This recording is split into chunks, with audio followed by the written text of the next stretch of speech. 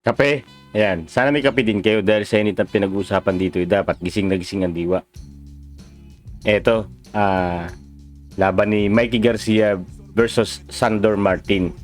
Pero bago yan, sana'y mag-subscribe, i-like, i-share, at i-click nyo ang notification bell para updated lagi kayo sa aking mga videos. Ayun, at ngayon na nga lang ulit makakalaro itong si Mikey Garcia. Natatandaan ko, akala ko ito ang makakalaban ni Pacquiao, yung sa huling laban ni Pacquiao. Pero in the end, ang lumabas na makakalaban niya, ito pa lang si Errol Spence. Kaya lang, yun nga, napunta kay Ugas yung laban dahil sa pahamak na mata nitong si Errol Spence Jr. Dahil nga sa kakaintay kay Manny, nagtagal bago nga ulit makakalaro itong si Mikey Garcia. At ang makakalaban nga niya itong si Sandor Martin na tiga Spain. At sa darating na linggo na ang laban nilang dalawa. Kilatisin natin, si Mikey Garcia ay may record na 41 fights, 40 wins, 30 KO at isa lang ang talo. Yung laban niya kay Errol Spence Jr. Natalo itong si Mikey dahil siguro hindi pa niya kabisado at mukhang lamang talaga sa laki itong si Errol Spence dahil sa normal na welterweight ito.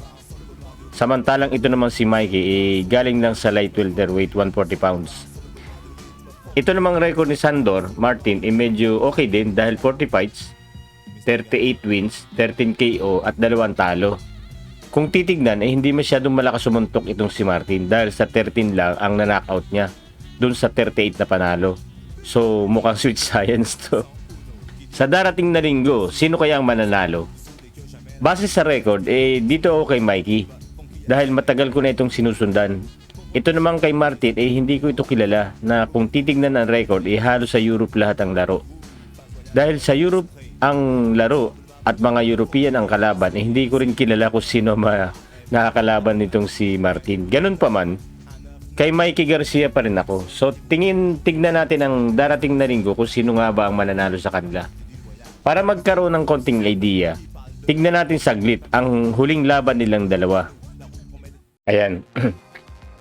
Ito yung huling laro ni Sandor Martin from Spain. Nagpisa sa round 2. Ayan, yung si Martin yung naputi. Espanyol.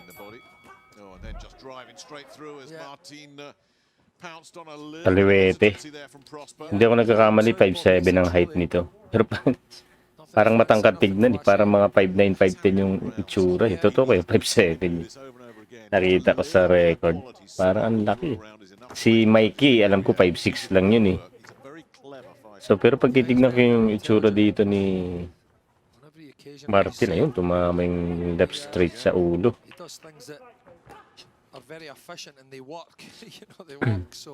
Kaliwete. Parang ang haba eh. Totoo kayang 5'7 to. Parang mga 5'10 eh. 5'9, 5'10 eh. Oh. Ang haba ng Bias. Martin looked at him, worked him out, and had no trouble with him at all. No. Yeah. Konti lang yung knockout nito. Hindi to knockout fighter itong si Martin. Sweet science. Pag hindi knockout fighter, sweet science. Ayun, no? Jab straight. Jab straight na naman to the body. So kung totoong 5'7 to, matangkad siyang tignan.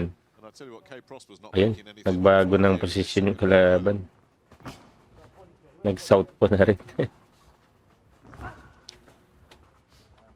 Round 3. Parang hindi siya mahilig sa kombinasyon. Parang jab straight lang. Tapos hindi siya dumidikit, malayo yung pinanggagalingan niya. Mahaba yung pinanggagalingan niya. Maingat. Pero si Mikey, sure ako dahil 5'6, lalapitan yan. Sa tingin si Jesse Vargas, kung di ako nagkakamali, 5'10 yun yung huling laban ni Mikey. So kung totoong 5'7, ayun, dali. Yun, binanatan na. Na-outbalance na eh. Pero na-outbalance lang siguro. Mukhang matibay pa naman eh. For the finish here. It's a body shot as Prosper looks to just dig in. Yeah, nice left Find it uppercut. back. And have you noticed he switched straight He back to switched orthodox? yeah. Hindi rin ganun ka-impressive. Ay, grabe. Puro mga pa na. Yun ang problema sa malakas na hindi tumama. Ma-out balance ka talaga. First time in the southpaw stance. Yep. Got the backhand. Hindi obras itong mga ganitong laro, hindi obras sa mga Mexican. Opponent or, you know, Lalo ng mga forma nila Juan. twice. Nila Chavez, tsaka nila Barrera, yung mga flat-footed. But it's round 6 now, Nick, and I would like to see Martin a little bit Yung mga busy. European, parang ganito ang style ng laro nila. Where he is now, Mark, Mga orthodox stance. That's mga Mexicano naman, mga flat-footed, tapos bodega. right. Kung napanood yung mga laban ni Chavez, nung kasikatan ni Chavez, yung tatay, hindi yung anak. Nila Silvio yung anak. I mean, it's only round 8. Yung tatay, grabe sa body shot yun, yung left to the body. To get a few rounds. Dami kong napanood na laro nun, talagang kwan. Pag nag-left to the body, pinipilit pang kwan eh. When was his Tinitiis pa ng kalaban, sabay hindi talaga kaya, luluhod na lang eh. Ang dami nun, ang daming instance sa mga kalaban. Tune up against. Puro left to the body. Tapos mapansin mo sa mga Meksikano, But really decided gawain na talaga nila yun. Si Alvarez, si Canelo, this is better. kita nyo, ganun din yun. Yung left to the body. Martin can knock Kita mo, luluhod na lang talaga eh. Hindi nila kayang tiisin, tinitiis nila. Prosper to, Pero talagang hindi, aatras ng konti sabay luhod. like you said, you're going to be a Yung bumanat na si Kwan. world-class fighter and Si Sandor Martin. possibly could be challenging. Espanyol, wala akong kilalang Espanyol na Give them something to champion. think about the world champions. Sino ba ang champion sa Spain? Thinking as well, Nick. Hindi, parang wala akong natatandaan. This thinking, Sure ako, I hope I don't meron go yan. against. Hindi lang kasi tayo sikat, hindi lang kasi tayo nanonood ng mga laro sa Europe kasi medyo malayo na. He's, Hanggang US lang kasi yung mga napapanood natin dun sa Las Vegas eh. He's coming forward. Pag sa Europe na, hindi natin kabisado eh. Pero marami rin magagaling sa Europe. taking a blind, man. Nangyari? Higpit naman ni Rep. Is that referee? Did, Grabe naman. miss Alex? Wow, What did I that's miss? harsh. Hindi ko alam kung championship to eh. Kasi 12 rounds eh. Pero mukhang hindi. Champion ba tong si Martin? Oh, grabe lang. Oh. Him again. Kanina pa na-outbalance tong itim na to. Now we're starting to see what's Hindi ko nang tinignan yung pangalan eh. Hindi ako interesado sa pangalan eh. Ang interesado ako kung paano maglaro to si Martin. Ngayon ko lang narinig tong pangalan ko. But he's in a really Ang kilala kong Martin eh, si Ricky. carried it by his Ricky Martin. referee's going to give a count. Ah, vive la vida loca. Standing eight. La vida loca. Walang niya umamin. Bading din pala. Walang niya yan. Wala eh. Kaya pala hindi nakaka-knockout to eh. Ganito lang ang laro eh. Against a good southpaw, Nick. You know, it's Ow! Low blow, boy. come on. Mababawasan ka na naman. Waistband. Oh. Warning ah. Isa pa. We'll have no more of you if you don't. Babawasan kita. Sulit mo ah. That wasn't even low. Round 11 na. 216. Yeah. Hindi rin kasi magaling yung kalaban. Kaya hindi natin makilala ng todo tong si Martin eh. Pero mukhang ganito talaga ang laro nito. Binatukan pa. Can't get his hands back. Corner. He's Binawasan na naman. Mahigpit si Rep. Sa Las Vegas, dami ko nakikita ang ganyan eh. Hindi nagkakabawas eh. really tough. Mahigpit pala dito sa Europe eh. Playing out exactly the way you thought it probably would. Wala na, 22 seconds. And there's positives to come out Oh of no, this. there is. But I did think that Wala. Martin would have Sweet been a lot science more ka. clinical. I thought his shot selection would Wala, have been a lot more unanimous better, na. Ang daming bawas. Hindi nga yata nakakuha ng round, sabay binabawasan pa. He's not exactly Bago ka na ng trabaho. the ball in terms of Hindi sa'yo ang boxing. as well. You know, he's been a wee bit out of range and Ito mga kalaban ni Juan. listen, it's what Ito mga kalaban ni Mikey. Itong maputi.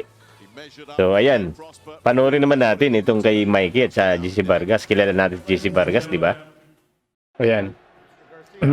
Ito naman yung laban ni Juan. Mikey Garcia at saka si GC Vargas. Yan si GC Vargas nakalaban na yan ni Pacquiao. Yan yung ni-knockdown niya sa round 2. Hindi ako nagkakamali, ang height nitong si Vargas ay mga 5'10". Tapos 5'6 naman itong si Kwan. Si Garcia 5'6. Pag titignan mo dito, parang Kwan eh. Parang konti lang ang, parang mga 1 inch, 2 inch lang ang lamang ni Vargas. Pero alam ko 5'10 yan eh. Tapos pag titignan mo yung height ni Martin, parang mga 5'9, 5'10. Parang ang hahaba niya kasi. Parang 5'7 lang. Alam ko magaling din tong si Kwan, si Jesse Vargas. Kaya lang, napalaban kasi kay Pacquiao at kay Garcia eh. Kung di ako nagkakamali, itong si Garcia, alam ko 4-weight division na yata to eh. Magmula yata sa Kwan, featherweight, super featherweight, lightweight. Saka dito sa, featherweight, super featherweight, lightweight, at saka super lightweight. Itong laban nila dito, kung di ako nagkakamali, tama, 147 na to. Welterweight na to. Si Kwan, si Martin, Kwan lang naglalaro yun sa Kwan lang, light welterweight, 140 pounds. Tapos maglalaban sila ni Mikey sa welterweight na, 147. Nung nakita ko naglaban nung lumaban na doon si Mikey kay Errol Spence Jr., parang bloated tignan. No match siya doon kasi malaki. Hindi naman mabilis hindi naman kasi ganun kabilis itong si Mikey sa welterweight. Tignan natin kung anong adjustment ang mangyayari. Yung laban nila ni Martin, 10 rounder lang. Hindi naman kasi championship eh. Parang sinasabi ni Mikey na si Martin ang susi para makalaban siya sa championship sa welterweight.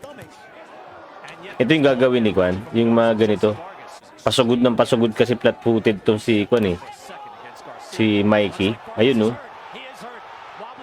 Ang pangit na ng forma ni Kwan ah. Vargas ah. Ayun, dali.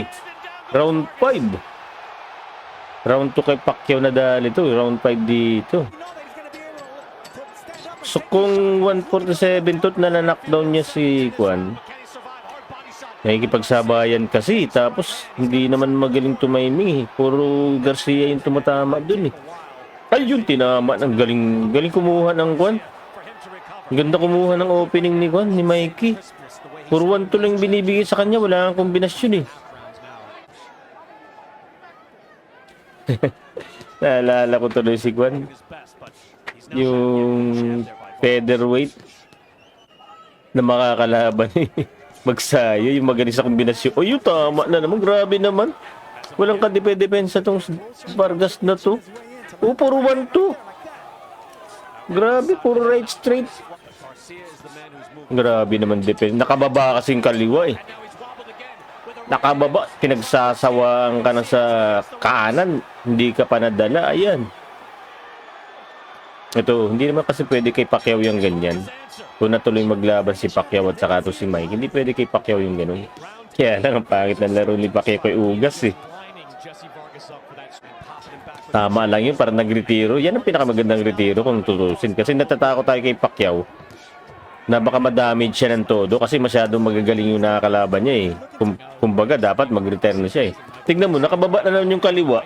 Napakabobo naman itong Garcia na to, hindi marunong magtaas ng kamay. Boy, basic yan. Kanina ka pa tinatamaan ng kanan, tapos binababa mo pa rin yung kamay mo. Grabe yung napakawalang disiplina naman itong boksingero na to.